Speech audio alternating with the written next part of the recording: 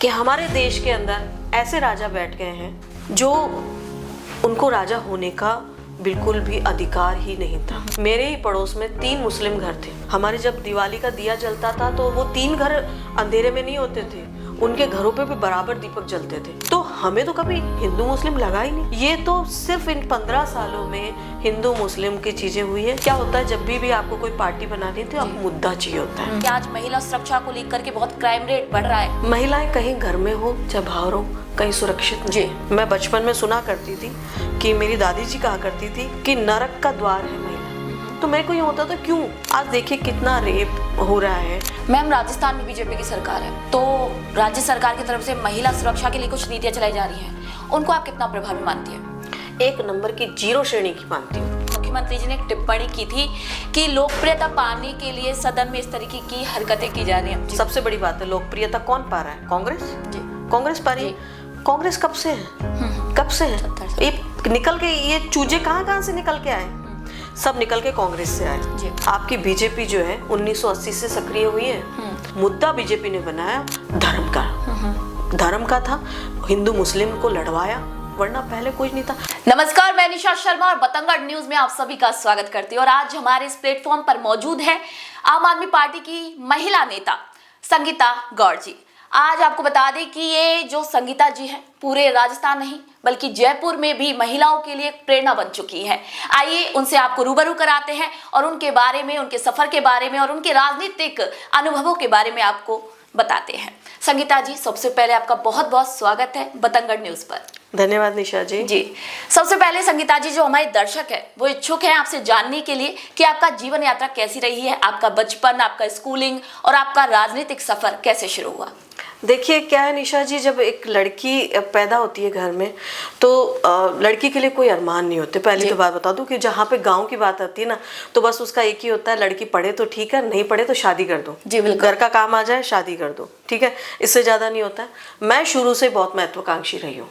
मैं हमेशा स्कूल में माइक होना चाहिए तो मेरे हाथ में होना चाहिए, एंकरिंग करूं तो मैं करूं, लिखूं तो मैं लिखूं, गाऊं तो मैं गाऊं और नाचूं तो मैं गाऊं। मतलब हर चीज का मुझे ये था कि मैं ही मैं हूं, मुझे करना है कुछ ना कुछ। लेकिन ये सफर थोड़ा सा जो है, मैंने म्यूजिक सीखा है। मेरे फादर मेरे गुरु रहे हैं, तो मेरे फादर से मैंने सीखा और मैं म्यूजिक में मेरे को लगता था मैं म्यूजिक में कुछ अपनी पहचान बनाऊंगी। मुझे पेंटिंग का बहुत शौक था, स्केच पे मैंने स्केच बनाती थी, तो मैं सोचती थी अपन पेंटिंग में शायद अपना चित्रकला में हमेशा अवार्ड जीते।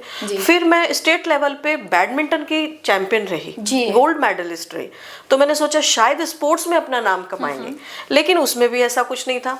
फिर क्या हुआ कि एक ऐसा दौर आया कि जब मुझे मीडिया लाइन से जुड़ने का मौका मिला, क्योंकि मैं लिखने का शौक रखती थी, लिखती थी, तो मीडिया से जुड़ना मेरे लिए आसान हो गया।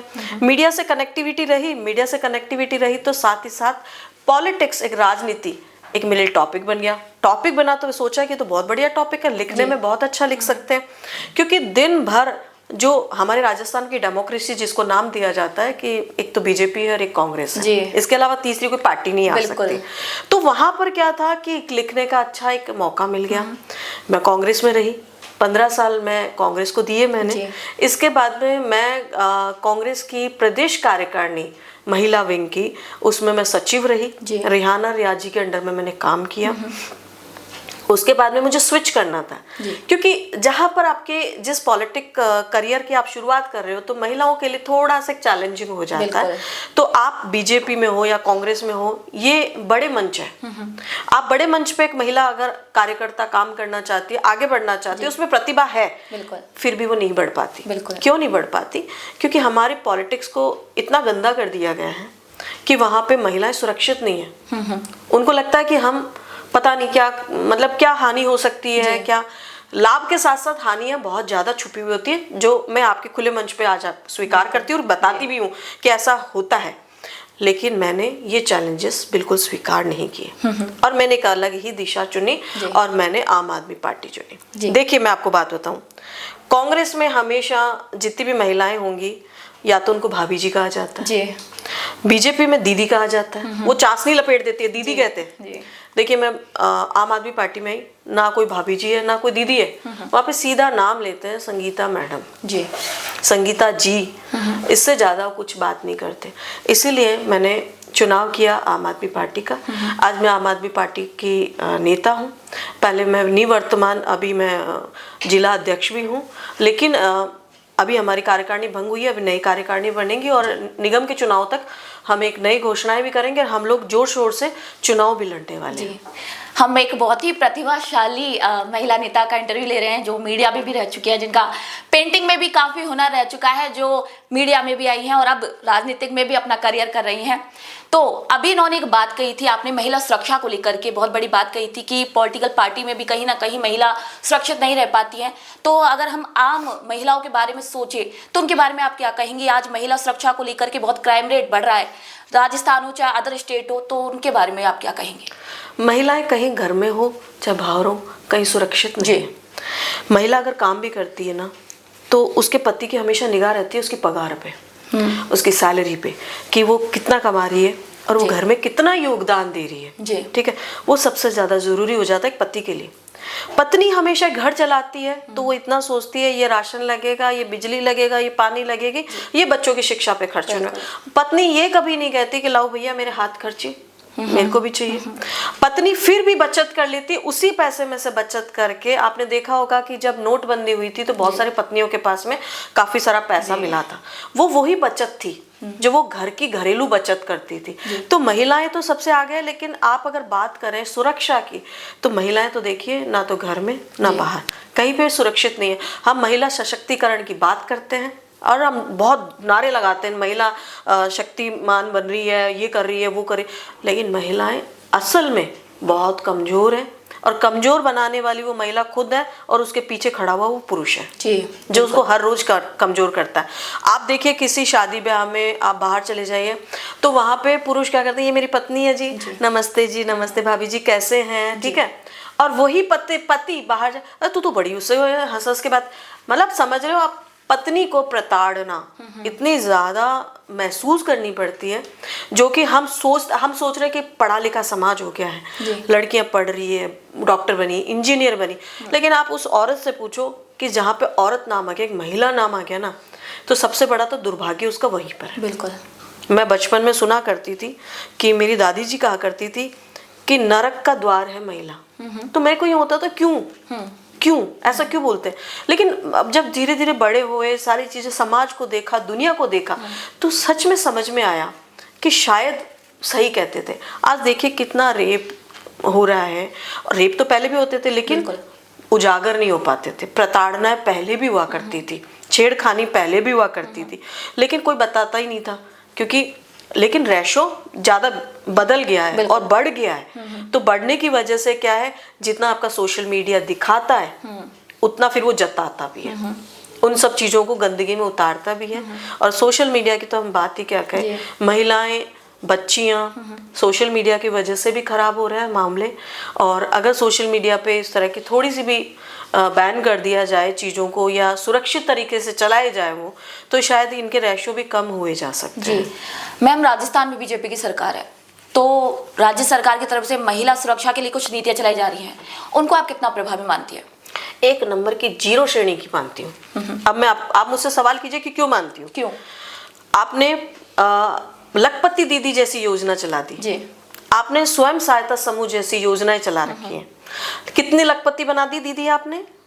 कौन सी दीदियां, एक बार खड़ी तो करना उन दीदियों को कि आपने इन दीदियों को तो लखपति दीदियां बना दिया।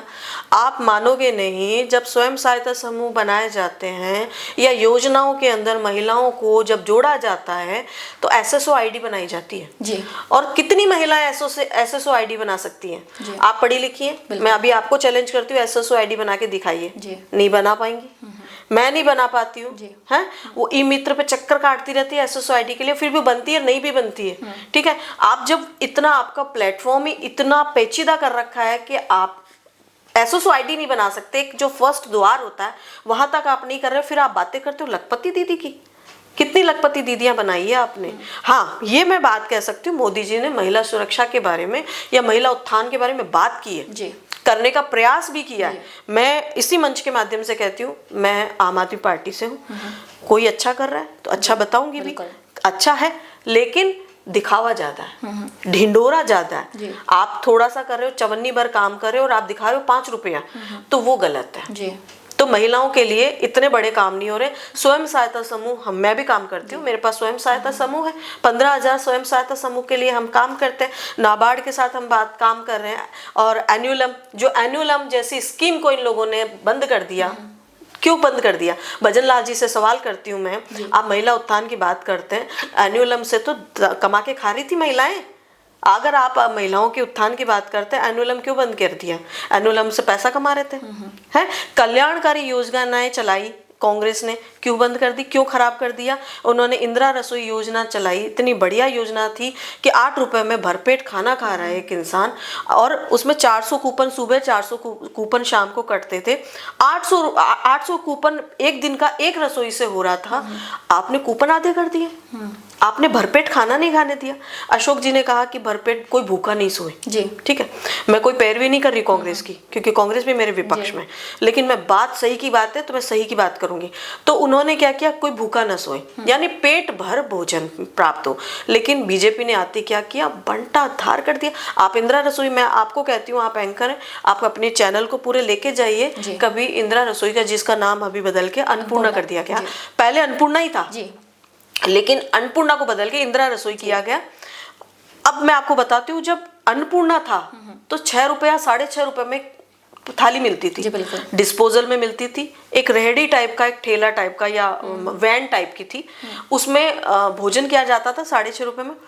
आपके फैलावड़ा देखना, कितना डस्टबिन का वो आप डिस्पोजल, एक तो गंदगी फैला रहे हैं, दूसरी बात उसमें आप भरपेट खाना नहीं दे रहे। आपको इंदिरा रसोई योजना के तहत आपको सह सम्मान बिठा के आपके पंखे लगाए, एसी लगाया, टीवी लगाया और वहां पे आपको भोजन करवाया बैठा के, उस योजना को आपने बर्बाद कर दिया। पर राज्य सरकार ये दावा कर रही है कि अन्नपूर्णा रसोई में जो भूखे लोग हैं उनको भरपेट खाना दिया जा रहा है। बिल्कुल, मैं कह रही हूँ ना, नहीं किया जा रहा। ऑडिट कर लीजिए, आप ऑडिट कीजिए, पत्रकार हैं, आप ऑडिट कर लीजिए, आपको समझ में आ जाएगा, मेरी बात भी याद आ जाएगी कि यहाँ पर क्या हो रहा है जी। कि लोग आना बंद कर दिए। कितने लोग आपके मजदूर वर्ग के जो जितने भी लोग थे, लेबर क्लास, वो सारा भरपेट खाना।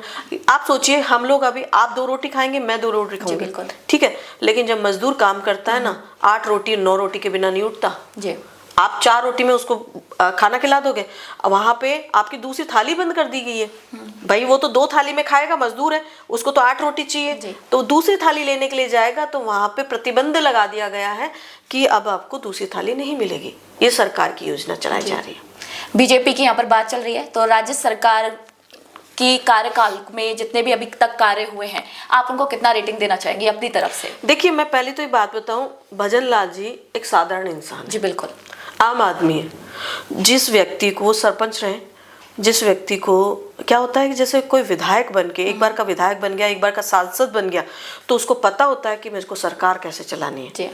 वो सीधा आदमी है, ब्राह्मण आदमी है, पूजा पाठ करने वाला आदमी। उसको आपने बैठा दिया, इतने बड़े शीर्ष पे बैठा दिया, मंच पे बैठा दिया, और आपको पंत साहब जैसे उनके सेक्रेटरी बना दिए, जो पूरे राजस्थान का बंटाधार करने पे तुले। मैं ये नहीं कहती कि भजन लाल जी की वजह से राजस्थान में आज इतनी सारी गलतियां हो रही है या गलतियां हुई है, लेकिन मैं ये कहूँगी कि उनके जो ब्यूरोक्रेट्स बैठे हैं वो उनको सही राह नहीं दिखा रहे। और आज भजन लाल जी के बारे में पर्ची की सरकार एंड ऑल इतनी सारी बातें होती है कि उनको कुछ नहीं आता, काम करना नहीं आता। तो वहीं पर देखा जाए तो अशोक गहलोत जी के टक्कर में अगर कोई विपक्ष में नेता बैठने वाला था मुख्यमंत्री में, तो वो थी वसुंधरा राजे, जो अगर 2 ही नाम है राजस्थान में, अगर डेमोक्रेसी की बात करें तो तीसरा कोई नाम नहीं था। तीसरी बार अब आपकी सांगानेर की सीट की हम बात करें तो सांगानेर की सीट पहले से गढ़ बना हुआ है, पहले से गढ़ है आपका बीजेपी का, और बीजेपी का गढ़, और वहां से आपके पहली बार के विधायक, पहली बार ही टिकट मिला, विधायक बन गए, सब सीट मुख्यमंत्री। उनको पच नहीं रहा, उनको समझ में नहीं आ रहा है कि उनको करना क्या है। उनकी तो बल्ले बल्ले हो गई, उनके तो बल्ले बल्ले, उनके तो अब इतिहास के नाम लिखा गया है कि भाई इस चुनाव के अंदर शपथ ली है इन्होंने, तो ये तो मुख्यमंत्री बन गए। लेकिन हमेशा क्या है कि आगे जो इनके आला कमान है, इनको भी सोचना चाहिए कि राजस्थान कोई छोटी भूमि नहीं है, ये वीरांगनाओं का देश है, ये राजा महाराजाओं का, वीरों का देश है। राजस्थान एक राज्य है। यहाँ पर इस राज्य के अंदर इतने बड़े बड़े पराक्रमी हुए हैं और वहां पे आपने एक नौसिखिए को आपने बिठा दिया जी। तो ये गलत है। बिल्कुल। इसलिए मैं रेटिंग के मामले में, तो मैं रेटिंग नहीं पूछे तो ज्यादा बेटर, जी, जी। मैं रेटिंग दे ही नहीं पाऊंगी जी। क्योंकि रेटिंग है ही नहीं। जी। मुख्यमंत्री जी को लेकर के बात चल रही है। हाल ही में अभी मानसून सत्र भी समाप्त हुआ है। इसी दौरान जो विपक्ष दल थे उन्होंने गरिमा भंग करने की कोशिश की थी, तो वहां पर मुख्यमंत्री जी ने एक टिप्पणी की थी कि लोकप्रियता पाने के लिए सदन में इस तरीके की हरकतें की जा रही हैं। तो उस बयान पे आप क्या कहना चाहेंगे? देखिए, कौन पा रहा है लोकप्रियता? सबसे बड़ी बात है, लोकप्रियता कौन पा रहा है? कांग्रेस। जी। कांग्रेस पा रही है। कांग्रेस कब से है? कब से है? 70 साल। ये निकल के, ये चूजे कहाँ से निकल के आए? सब निकल के कांग्रेस से आए। जी। आपकी बीजेपी जो है 1980 से सक्रिय हुई है। जब आपके श्यामा प्रसाद मुखर्जी हुए, ये लोग आपके दीनदयाल उपाध्याय जी हुए, जब इन लोगों ने सोचा कि भाई हमें कांग्रेस की नीति समझ में नहीं आ रही, हमें एक नई पार्टी बनानी चाहिए। लोग तो थे ही नहीं इनके पास में, ये तो गए थे आरएसएस के पास में कि आपके कुछ लोग दीजिए। उनके लोगों की टीम आई, तब जाके इन्होंने जनसंघ बनाया, जनसंघ से भारतीय जनता पार्टी बनी। निकल के कहाँ से आए थे? किसकी लोकप्रियता की बात करेंगे? कांग्रेस की।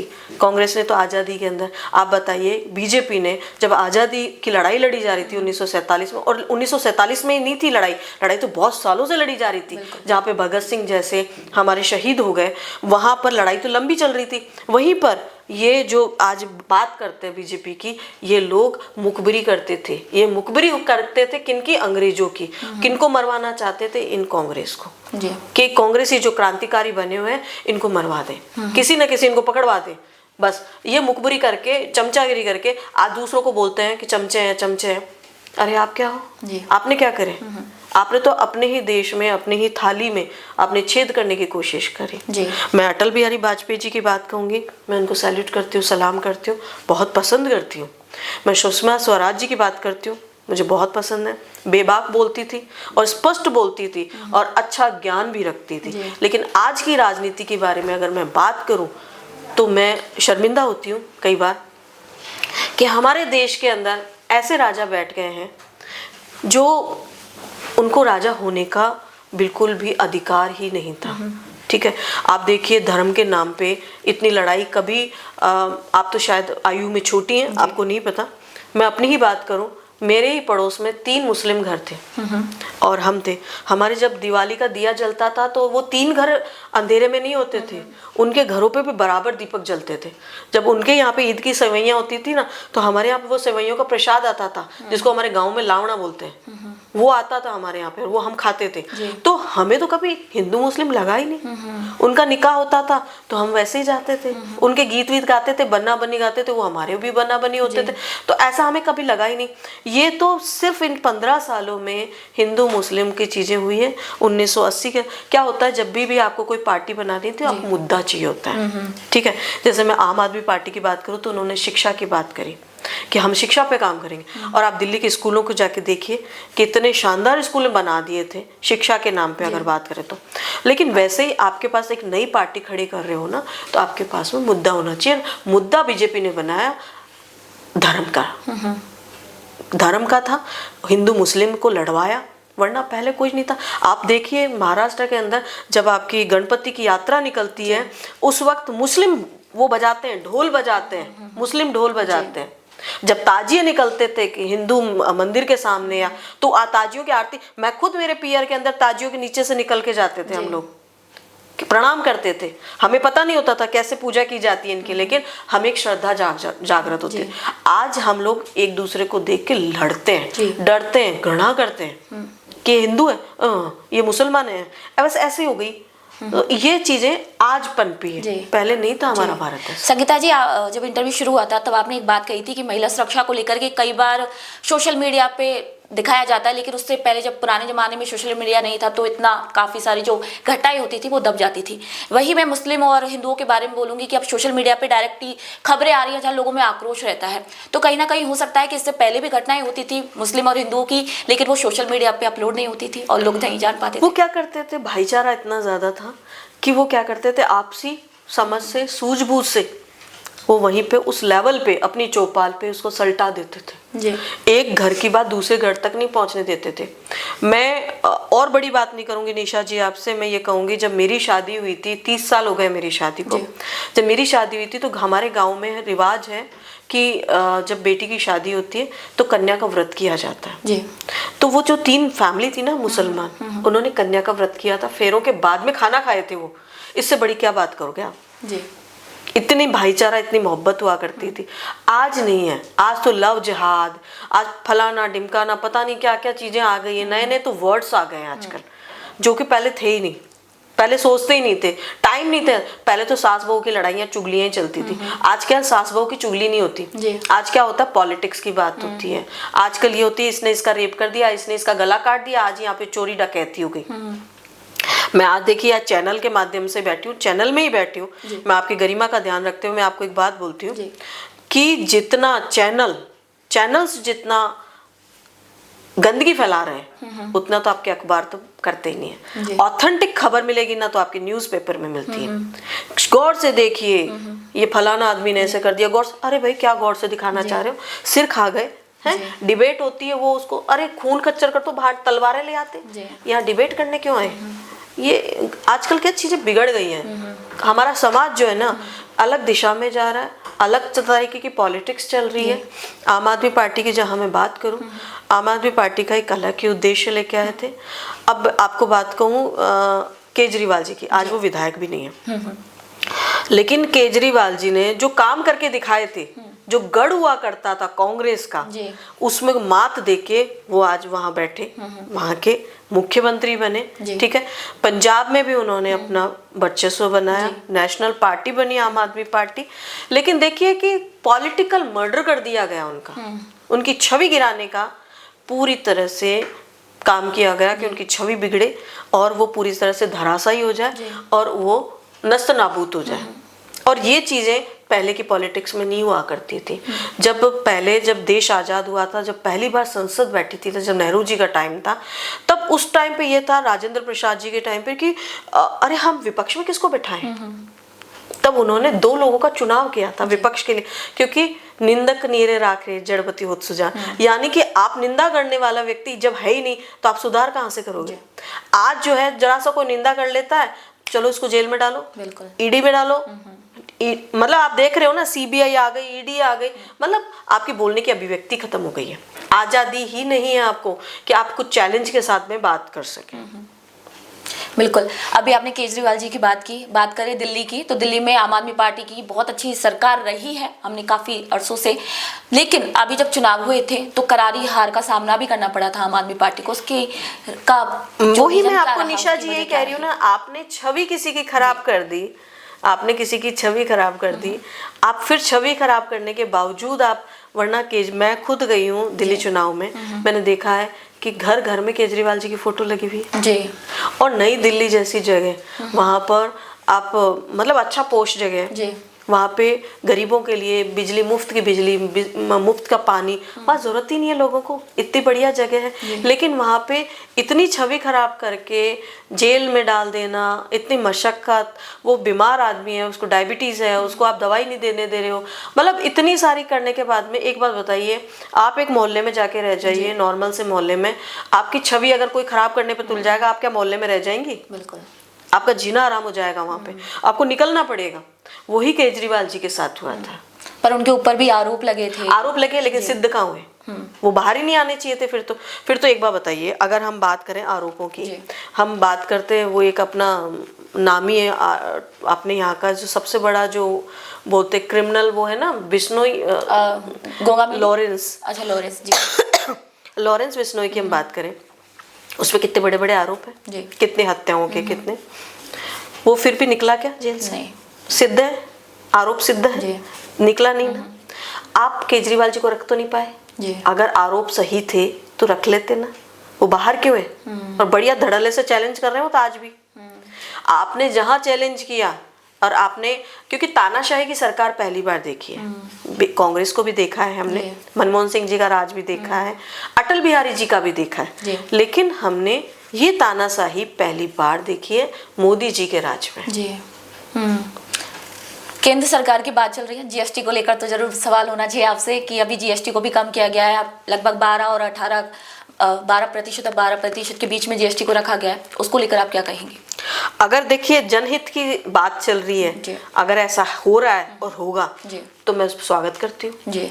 और खुश है, क्योंकि हम आज आम जनता है, हम तो आम आदमी पार्टी जी। है, तो हम तो आम आदमी है, हम जी, तो खुश हैं। बिल्कुल। अगर ऐसा सिद्ध हो रहा है, ऐसा हो रहा है तो कागजों में चीजें चलती है आपकी, आप संसद में कुछ भी लोग वहां पर जाके बोल जाते हो तो उससे तो कोई फायदा है नहीं। आप जमीन पे किसी को उतार के दे रहे हो तो बहुत अच्छा है। जी मैम, अभी देखा जाए तो पूरे देश के अंदर बाढ़ के से हालात है, अलग अलग स्टेटों में बाढ़ आ रही है। हाल ही में पंजाब में भी बाढ़ से लोग प्रभावित हुए हैं। आपकी सरकार है, वहाँ पर भगवंत मान सिंह जो हैं वो मुख्यमंत्री हैं, आपकी तरफ से क्या कुछ सहायता पंजाब के जो लोग हैं उनको दी गई? हमारे यहाँ से दी गई हैं, राजस्थान से भी काफ़ी हमारी पार्टी ने बहुत सारी मदद की है। और हम लोग वाया गंगानगर, क्योंकि गंगानगर से थोड़ा सा नज़दीक पड़ता है, तो वाया गंगानगर किया है। और भगत मान सिंह जी की हम बात करें तो देखिए वो बीमार होते हुए भी उन्होंने पूरी मेहनत से, मतलब उन्होंने, उनके विधायकों ने, उन्होंने, उनके मंत्रियों ने, सब ने अपने अपने भंडारे खोल दिए हैं मदद के लिए। और आज पंजाब के साथ में, वैसे तो पूरा देश खड़ा है पंजाब की इस हालत के अंदर, लेकिन हम केवल पंजाब की बात करें तो पंजाब में जो सरकार है वो सरकार पूरी सहायता कर रही है। वहाँ के साथ में वहाँ के जो पीड़ित लोग हैं उनकी पूरी मदद की जा रही है। जी, बाढ़ से ग्रसित लोगों की मतलब दौरा भी पीएम मोदी ने भी किया था। उन्होंने 1600 करोड़ रुपए की सहायता प्रदान की है। लेकिन आप ही के जो कैबिनेट मंत्री हैं वरिंदर गोयल जी, वो नाखुश नजर आए थे। उसके पीछे क्या कारण हो सकता है? देखिए, जहाँ प्रतिस्पर्धा होती है ना, प्रतिस्पर्धा के अंदर हमेशा दो पार्टी या दो दलों के लोग होंगे, वो हमेशा प्रतिस्पर्धा के बीच में खुश होते नहीं है। लेकिन फिर भी अगर ये राहत दी जा रही है तो मैं तो कह रही हूँ स्वागत करना चाहिए, चाहे वो कोई मंत्री हो, विधायक हो, चाहे कोई भी हो, स्वागत करना चाहिए। क्योंकि हमारे अगर राजा है तो वो प्रधानमंत्री जी हैं, अगर वो कुछ कर रहे हैं। लेकिन मैं आपके ही मंच के माध्यम से एक चीज़ कहना चाहती हूँ कि मैं सैल्यूट करती हूँ राहुल गांधी जी को भी, कि राहुल गांधी जी ने अभी वोट चोरी वाला जो मुद्दा लेके आए हैं सामने, जिस आदमी को आप पप्पू पप्पू बनाते हैं, आपने पूरा पैसा खर्च कर दिया, करोड़ों रुपया जिस पे खर्च कर दिया पप्पू बनाने में, सिर्फ पप्पू बनाने में पैसा खर्च किया है, वो आदमी आज इतना बड़ा काम लेके आ गया। आपने देखा नेपाल की भी हालत क्या हुई। बिल्कुल, हमारी यूथ की नज़र में अगर यूथ को क्लिक कर गया वोट चोरी, कि हमारे यहाँ पे मुख्यमंत्री, प्रधानमंत्री वोट चोरी करके बने हैं, क्योंकि ये हमारा हक है जी। मतदान, यानी ये जो दान हम कर रहे हैं ना, ये मत का दान, ये हमारा सिंगल, हमारा खुद का है। हम खुद चुन रहे हैं कि हम किसको चुनना है। अब वहाँ पे चोरी हो रही है तो ये बहुत गलत है। और मुझे तो डर लगता है, जब से मैंने नेपाल को देखा है तब से, कि हमारी यूथ ना जाग जाए कभी, क्योंकि नेपाल तो फिर भी छोटा है, हमारा भारत तो बहुत बड़ा है। यहाँ के तो यूथ पता नहीं क्या कर जाएगी। इसलिए कई बार मुझे ये भी डर लगता है 2-3 दिन से कि हमारी यूथ के अंदर ये चीज़ नहीं आ जाए, क्योंकि मुद्दा बहुत बड़ा है और बेमिसाल मुद्दा है। उसका भी स्वागत करते हैं कि उन्होंने वोट चोरी, क्योंकि केजरीवाल जी ने ये बात बहुत पहले ही बोल दी थी कि वोट चोरी का मुद्दा आया है जी। राहुल जी ने अब सबूतों के साथ में वो पेश हुए हैं, लेकिन केजरीवाल जी ने तो पहले ही बोल दिया था कि वोट चोरी हुई है और ये लगातार होती रही है जी।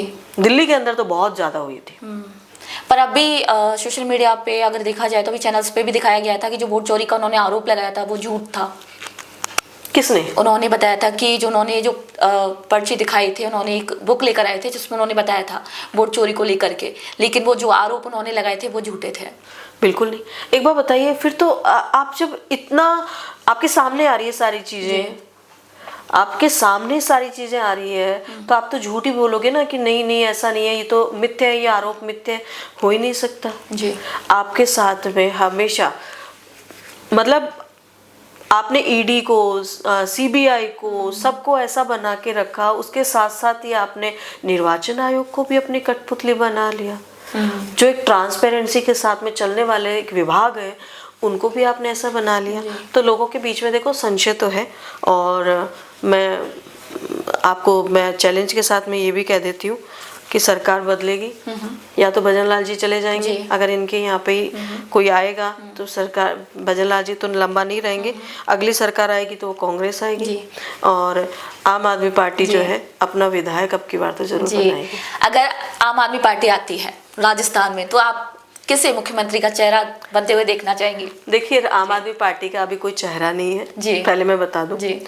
आम आदमी पार्टी का हमेशा से रहा है आम आदमी की पार्टी, जी उसमें कोई भी हो सकता है, ठीक है। जैसे अभी भजनलाल जी को बनाया जी, तो आम आदमी की तरह से ही बनाया, बिल्कुल। लेकिन उनको काम करना नहीं आता।